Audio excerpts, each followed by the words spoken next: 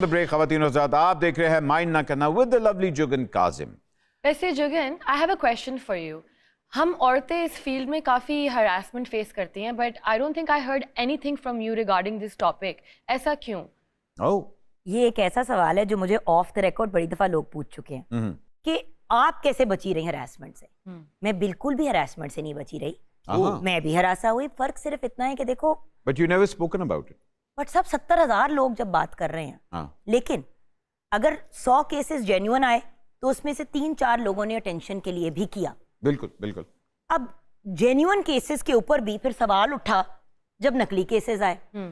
और मैंने अब पिछले 10-15 साल में कोई हरासमेंट नहीं फेस की, लेकिन शुरू में की। बहुत से लोग मुझे कहते हैं तुम इतनी अग्रेसिव सी हो, तुम पे कौन लाइन मारेगा। सो द फैक्ट इज उस वक्त भी लोग तंग करते थे, एंड बट साहब is a witness to that. और उस वक्त मैं थी जरा छुई मुई। आई रियलाइज्ड कि अगर मैंने कुछ कहा भी उस वक्त तो मेरा काम खत्म हो जाना है और तो कुछ नहीं होना। डर था आपको? इस डर था, बहुत डर था, बहुत डर था। तो मैंने कहा अब ये लोग तो बदलने नहीं वाले, क्योंकि इनको आदत है कि जब भी कोई नई आएगी इंडस्ट्री में पहले उस पे हाथ फेरेंगे, उसके बाद उसे काम देंगे। Sorry, it's a very cute thing to say, but that's what it was.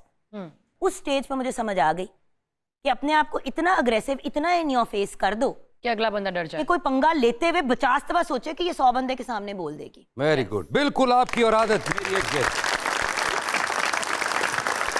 लेकिन ऐसा होना नहीं चाहिए बॉस। हाँ, क्यों? मुझे क्यों बट को फोन करना पड़ता था कि यार बट फलां बंदा बार बार फोन कर रहा है, मुझे जूते पड़ेंगे, मेरी माँ मुझे घर से निकाल देगी। क्यों बट ने 2 दफा मेरे लिए जाके बंदों को समझाया कि भाई क्या मसला है। यार कौन है बट? वो बंदे उठो, चलें जरा, उठो अभी, चलो मेरे साथ में। देख बात खत्म हो गई, यार, अच्छा हो गई, बच्चे हो गए, सेट हो गए, इंसान बन गए सारे। देखिए, गलती इंसान से होती है। आपको इतनी लेट क्यों याद आया? आप बोरी के नीचे आई हुई थी पहले। क्या मतलब? अब क्यों बता रही हैं अगर वो सारे बड़े हो चुके हैं? तो मैंने किसी का नाम लिया है तो ले ले। भाई देखिए, एक ले ले, हम यूट्यूब पे चला लेंगे। तो बस इस्तग़फ़ार, मेरा अपना यूट्यूब का चैनल है। अगर मैंने इन चीजों से वायरल होना होता तो फिर तो बहुत चीजें हैं boss. I think it's very brave of you that you're talking about it, and वही बात है कि a lot of people even don't get this opportunity कि इसके ऊपर वो आके बात करें। Jugan has always been a very straightforward person, और अगर उन्होंने ये चीज़ फेस की है और अगर उन्होंने एक डिफेंस मैकेनिज्म बनाया तो ये उनकी खूबी है, उनकी क्वालिटी है, मगर औरतों को वो चीजें नहीं मिलती। लेकिन व्हाई? देखो, इस तरह अग्रेसिव और होने की वजह से, इन योर फेस होने की वजह से मेरी पर्सनालिटी, मुझे लगता है थोड़ी सी मुतासिर हुई है, because I liked being a little soft. भाई आगे चलते हैं, वक्त होता है माइंड द न्यूज का। बीवी की बेलौस खिदमत के बायस 10 साल बाद खावंद कोमे से बाहर आ गया। वो कोमे से बाहर तो उसने आना ही था, क्योंकि वो कोमे में गया भी तो बीवी की वजह से था। खावन जब कोमे में जा रहा था तो बीवी उसे कह रही थी, मेरे टोल सपाइया तेनों रब दिया रखा। एक अगली खबर की तरफ बढ़ते हैं। अभी पिज्जा खाएं और बिल मरने के बाद अदा करें।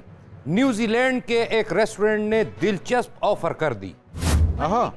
मरने के बाद कोई बिल कैसे अदा कर सकता है? ओहो मेरी जान, हमारे इधर लोग मरने के बाद अपने वाजिबात अदा करते हैं। तो छोड़ो इन बातों को, चलो तुम्हें न्यूजीलैंड से पिज्जा खिला के लाऊं। अब इतना दूर न्यूजीलैंड जाने की क्या जरूरत है? आप यहीं पे खिला दें। मैंने आपको उस जगह से खिलाना है जिथों मुफ्त मिलता होवे। आयशा जहांजेब का कहना है कि शादी से पहले उन्होंने अपने खावंद को भाई कहा तो वो गुस्से हो गए। देखें, आयशा जहांजेब इतनी खूबसूरत खातून है, वो किसी को भी भाई कहेंगी तो वो गुस्से में ही आएगा।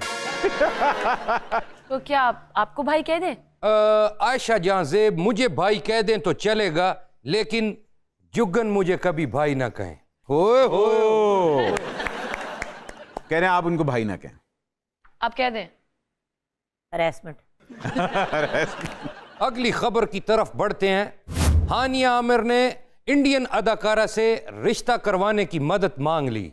वैसे ये क्या हरकत है? रिश्ता क्या गुम हुआ है जो ढूंढने में मदद मांग ली? और बेचारी कितनी मासूम है जिसे ये पता नहीं कि भारत में अगर रिश्ता ढूंढना हो तो किसी अदाकारा से नहीं, अंसार बरनी से कहना चाहिए।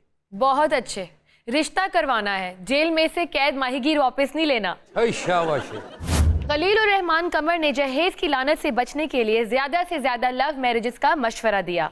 और ज्यादा से ज्यादा लव मैरिज, और खलील साहब खुदा का वास्ता लव मैरिज एक ही होती है। अरे वो लोगों को कह रहे हैं कि लव मैरिजेस करें। ओहो, अभी शो के स्टार्ट में भट्ट जी आपने खुद ही तो कहा था कि लव मैरिज की रेशो पाकिस्तान में 5% है। इसीलिए तो जहेज की लानत का खात्मा नहीं हो सका। हाँ ठीक है तुम्हारी बात, लेकिन अभी 5% लव मैरिज है तो आबादी का ये आलम है। मैं तो यही सोची जा रहा हूँ। आप बस यही सोचते रहे। वो हम में बच्चे भी ज्यादा होते हैं। अगली खबर सुने आप लोग।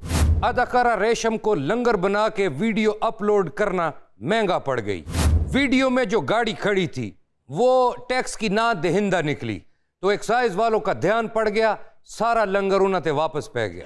तौबा है, कितना मोहतात रहना पड़ेगा अब हमें। ओ महरीन, मोहतात क्यों रहना है? गाड़ियों के टोकन जमा करवाओ और इजी फिरो। भाई कभी बंदा मसरूफियत की वजह से टोकन नहीं अदा कर पाता। ओ मसरूफियत किस बात की? मैंने तो रेशम को कितने अरसे से देखा है, वो काम ही नहीं कर रही। काम करो अपने लिए, कौम के लिए। भाईजान खबरें सही पढ़े, मेरा गेस्ट हो गया। कोई बात नहीं, पूरी कौम सोई हुई है, इनका क्या है।